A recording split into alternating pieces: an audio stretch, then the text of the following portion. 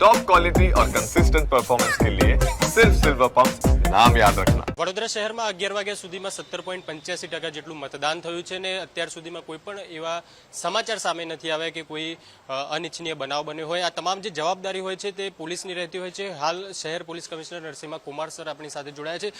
Ward number 1ના એક booth પર તેઓ નિરીક્ષણ કરવા માટે પહોંચ્યા છે। સર, આપ વોર્ડ 1ના એક બૂથ પર હાલ પહોંચ્યા છો। સવારથી જ જે મતદાનની પ્રક્રિયા ચાલી રહી છે પરંતુ કોઈ એવા સમાચાર સામે નથી આવ્યા। સર, કેવા પ્રકારની તકેદારી પોલીસ દ્વારા રાખવામાં આવી છે? સમગ્ર શહેરમાં સવારે 7 વાગ્યાથી મતદાનની પ્રક્રિયા શરૂ થઈ ગયું છે અને અત્યાર સુધી આપણે જોવા મળ્યું છે કે નગરવાસીઓ ખૂબ ઉત્સાહ અને ઉમંગ સાથે ડેમોક્રેસીના આ પર્વમાં ભાગ લઈ રહ્યા છે। વડોદરા શહેર પોલીસ તરફથી ખૂબ એડવાન્સ પ્લાનિંગથી અત્યાર સુધીમાં જે સુરક્ષા વ્યવસ્થાઓ ગોઠવવામાં આવી છે અસરકારક છે।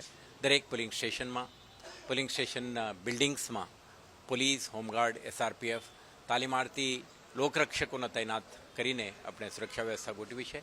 એમના મદદમાં જુદા જુદા વિસ્તારોમાં આપણા ગ્રુપ પેટ્રોલ, એક્ઝિક્યુટિવ મેજિસ્ટ્રેટોના ટીમો પણ ફરી રહ્યા છે અને સંયુક્ત સંવેદનશીલ વિસ્તારમાં એડિશનલ પોલીસ ફોર્સની તૈનાતકી પણ કરવામાં આવ્યું છે, જેથી કરીને કોઈપણ રીતે ગુનેગાર, અસામાજિક તત્વો કે કોઈ એન્ટી સોશિયલ એલિમેન્ટ્સ આ પ્રક્રિયાને અવરોધ ઊભા કરવાની કે ડિસરપ્ટિવ એક્ટિવિટી કરી શકે આ રોકવા માટે પોલીસ મહેનત કરી રહ્યા છે। આપણે જોયું છે કે દરેક જગ્યાએ લોકો ક્યુમાં ઊભા રહીને પોતાના મતાધિકાર ચલાવી રહ્યા છે। તો મને વિશ્વાસ છે સાંજ સુધી ચાલનાર આ પ્રક્રિયા શાંતિપૂર્ણ માહોલમાં સંપન્ન થશે। સર, એવા પણ દ્રશ્યો આવ્યા છે, પોલીસ સિનિયર સિટીઝન સહિતના લોકોની પણ મદદ કરી રહી છે। કયા પ્રકારની વ્યવસ્થા પોલીસ દ્વારા કરવામાં આવી છે આ સમગ્ર મતદાનની પ્રક્રિયાને અને રિઝલ્ટ આવવાનું છે તે દરમિયાન પણ કેટલું પોલીસ બળ આમાં જોડાયેલું રહેવાનું છે?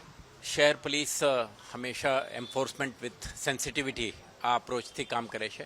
આજે ડેમોક્રેસીના પર્વ દરમિયાન વરિષ્ઠ નાગરિકો, દિવ્યાંગો અને અન્ય vulnerable sections of the society જ્યારે આ પ્રક્રિયામાં પાર્ટિસિપેટ કરે છે ત્યારે ફેસિલિટેટર પણ બને છે। તો આજે અને એક દિવસ પછી જે કાઉન્ટિંગ બંદોબસ્ત પણ થનાર છે, આ માટે શહેર પોલીસ તરફથી તમામ પૂર્વ તૈયારીઓ થઈ ચૂક્યા છે। Police, home guard, SRPF, central armed police ફોર્સના જરૂરી સંખ્યામાં એમને તૈનાત કરીને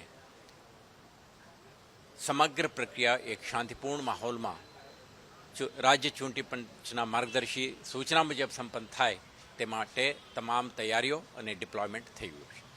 મહત્વનું છે કે જે પ્રકારે સમગ્ર ચૂંટણીની પ્રક્રિયા ચાલી રહી છે, મતદાનની પ્રક્રિયા હાલ ચાલી રહી છે, તે વચ્ચે હાલ જે શહેર પોલીસ કમિશનર નરસિંહા કુમાર છે તેઓ વોર્ડ નંબર 1ના એક બૂથ પર પહોંચ્યા હતા અને સમગ્ર જે પ્રક્રિયા ચાલી રહી હતી તેની પરિસ્થિતિનું નિરીક્ષણ કર્યું હતું। કેમેરામેન સચિન પરમાર સાથે દર્શન ચૌધરી, ન્યૂઝ કેપિટલ, વડોદરા।